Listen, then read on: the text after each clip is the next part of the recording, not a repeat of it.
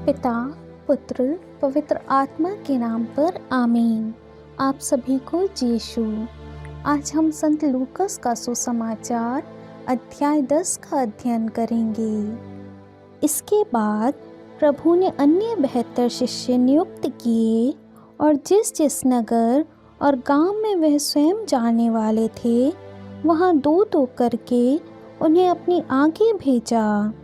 उन्होंने उनसे कहा, फसल तो बहुत है परंतु मजदूर थोड़े हैं, इसलिए फसल के स्वामी से विनती करो कि वह अपनी फसल काटने के लिए मजदूरों को भेजें।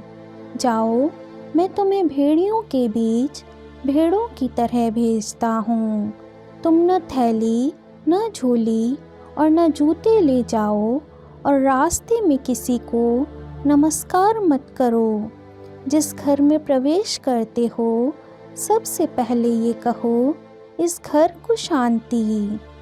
यदि वहाँ कोई शांति के योग्य होगा तो उस पर तुम्हारी शांति ठहरेगी, नहीं तो वह तुम्हारे पास लौट आएगी। उसी घर में ठहरे रहो और उनके पास जो हो वही खाओ पियो, क्योंकि मजदूर को मजदूरी का अधिकार है। घर पर घर बदलते ना रहो। जिस नगर में प्रवेश करते हो और लोग तुम्हारा स्वागत करते हैं तो जो कुछ तुम्हें परोसा जाए वही खा लो।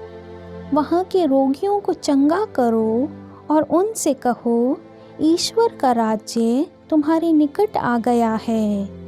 परंतु यदि किसी नगर में प्रवेश करते हो और लोग तुम्हारा स्वागत नहीं करते तो वहाँ के बाजारों में जाकर कहो, अपने पैरों में लगी तुम्हारे नगर की धूल तक हम तुम्हारे सामने झाड़ देते हैं।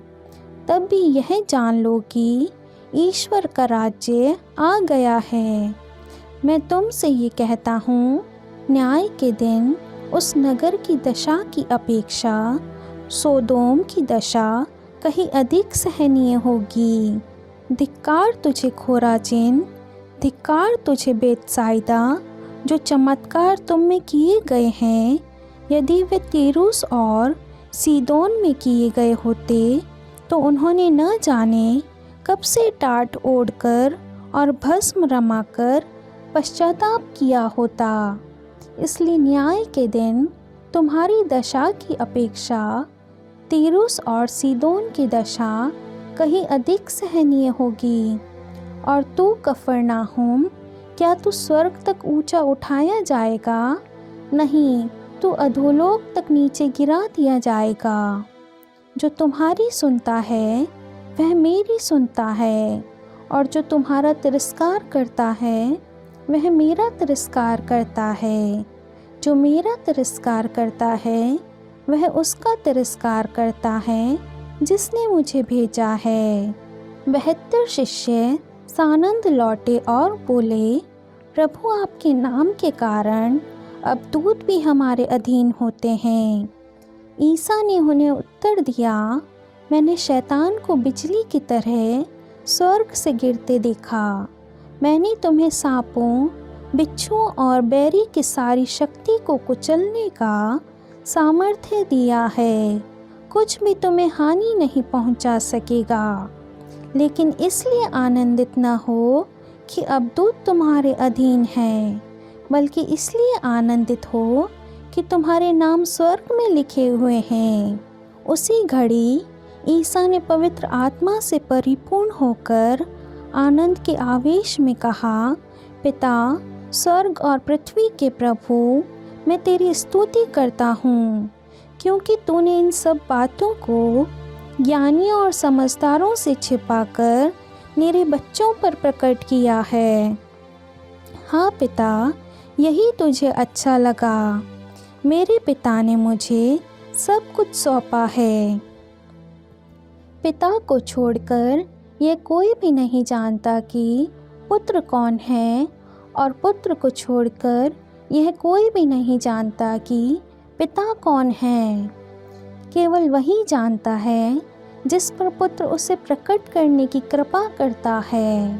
तब उन्होंने अपने शिष्यों की ओर मुड़कर एकांत में उनसे कहा, धन्य है वे आँखें जो वह देखती हैं जिसे तुम देख रहे हो, क्योंकि मैं तुमसे कहता हूँ, तुम जो बातें देख रहे हो उन्हें कितने ही नबी और राजा देखना चाहते थे, परंतु उन्होंने उन्हें नहीं देखा।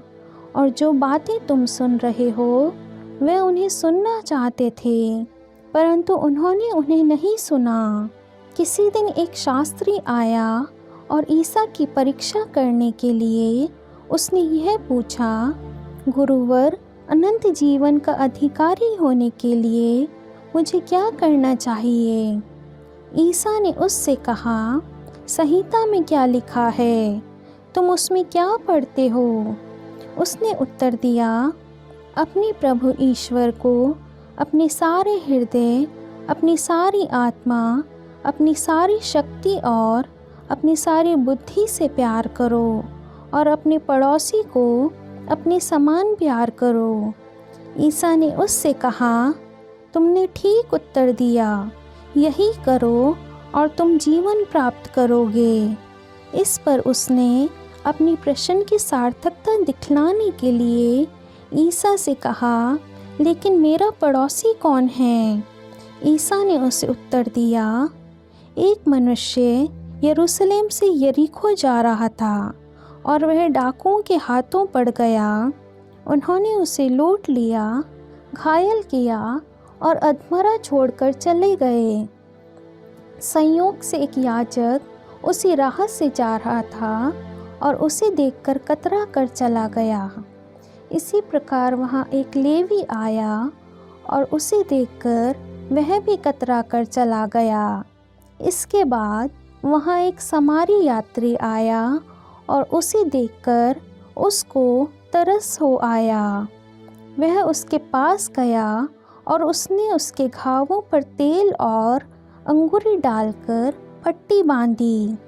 तब वह उसे अपनी ही सवारी पर बिठाकर एक सराय ले गया और उसने उसकी सेवा शुश्रूषा की। दूसरे दिन उसने 2 दीनार निकालकर मालिक को दिए और उससे कहा, आप इसकी सेवा शुश्रूषा करें। यदि कुछ और खर्च हो जाए तो मैं लौटते समय आपको चुका दूंगा।